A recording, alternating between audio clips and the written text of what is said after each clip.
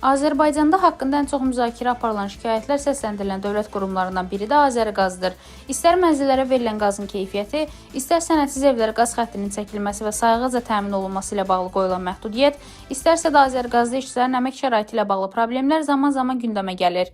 Bölgə TV xəbər verir ki, bu qurumun fəaliyyəti ilə bağlı aparılan bir çox araşdırmaların və hesabatların müəllifi Neftçilərin Hüquqlarının Müdafiə Təşkilatının sədri Mirvari Qəhrəmanlı Stat Infoya açıqlamasında ilk növbədə Azəriqazda çalışanların narazı olduğu məsələləri dilə gətirdi. Azərbaycanda Azəriqaz Açıq Səhmdar Cəmiyyəti qədər insan hüquqlarını pozan bir qurum yoxdur. Bu həm işçilərlə, həm də əhaliyə xidmətlə bağlı müşahidə olunur. Uzun illərdir apardığım monitorinqlər də bunu sübut edir.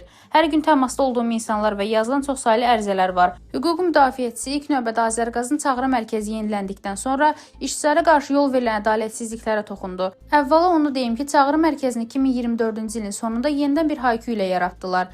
Bildirdilər ki, sistem təkmilləşdirilib, yeni avadanlıqlar gətirilib. Ancaq nə bu avadanlıqları görmüşük, nə də işçilərə münasibət normal deyil. Hazırda bir türk vətəndaşı da oraya rəhbərlik edir. Bir məsələni bildirim ki, ümumiyyətlə Türkiyədən gəlib Azərbaycanda fəaliyyət göstərən şirkətlərin bəzi hallarda ölkə qanunvericiliyini pozduqlarını müşahidə etmişəm. Çağrı mərkəzindən də çox şikayət ünvanlayıblar. İşçilər yazılı şəkildə onlara qarşı münasibətin normal olmadığı ilə bağlı müraciət ediblər.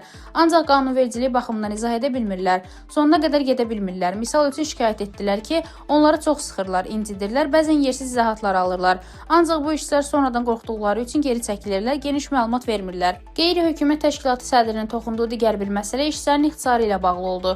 2024-cü ilin sonunda çağrı mərkəzi yaradılandan öncə orada işləyən işçilərin əksəriyyəti ixtisara salındı və heç bir işə təmin edilmədi. Bildiyim qədər işçiləri ixtisara salan türk rəhbər deyil. Azəriqaz İstehsalat Birliyinə sədr təyin olunan Azər Məmmədovdur. Sonradan özünə 3 müavin də götürdü. Yəqin onlar da ixtisarların aparılmasına kömək üçün gəliblər.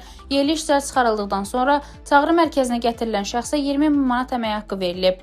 Mən sonradan dəqiqləşdirmə apardım. Aydın oldu ki, həmin işçinin gündəlik ezamiyyət pulu 450 manatdır. Bu qədər pul nəyə görə verilir? Doğrudanmı bu qədər adamı ixtisara salmaq lazımdır? Anlaya bilmirəm. Bizim ölkədə bu sahə üzrə mütəxəssis yox idi. Yəni o qədər savadsızdırlar. Yaxşı, yeni təyinatlar nə effekt verdi? Keçən ildən bəri çağrı mərkəzinin işində hər hansı irəliləyişdə hiss olunmur. Mərkəzlə bağlı çoxsaylı şikayətlər var ki, zənglərə cavab vermirlər, çeviklik yoxdur, dəyişikliyin bir nəticə verdiyi hiss olunmur.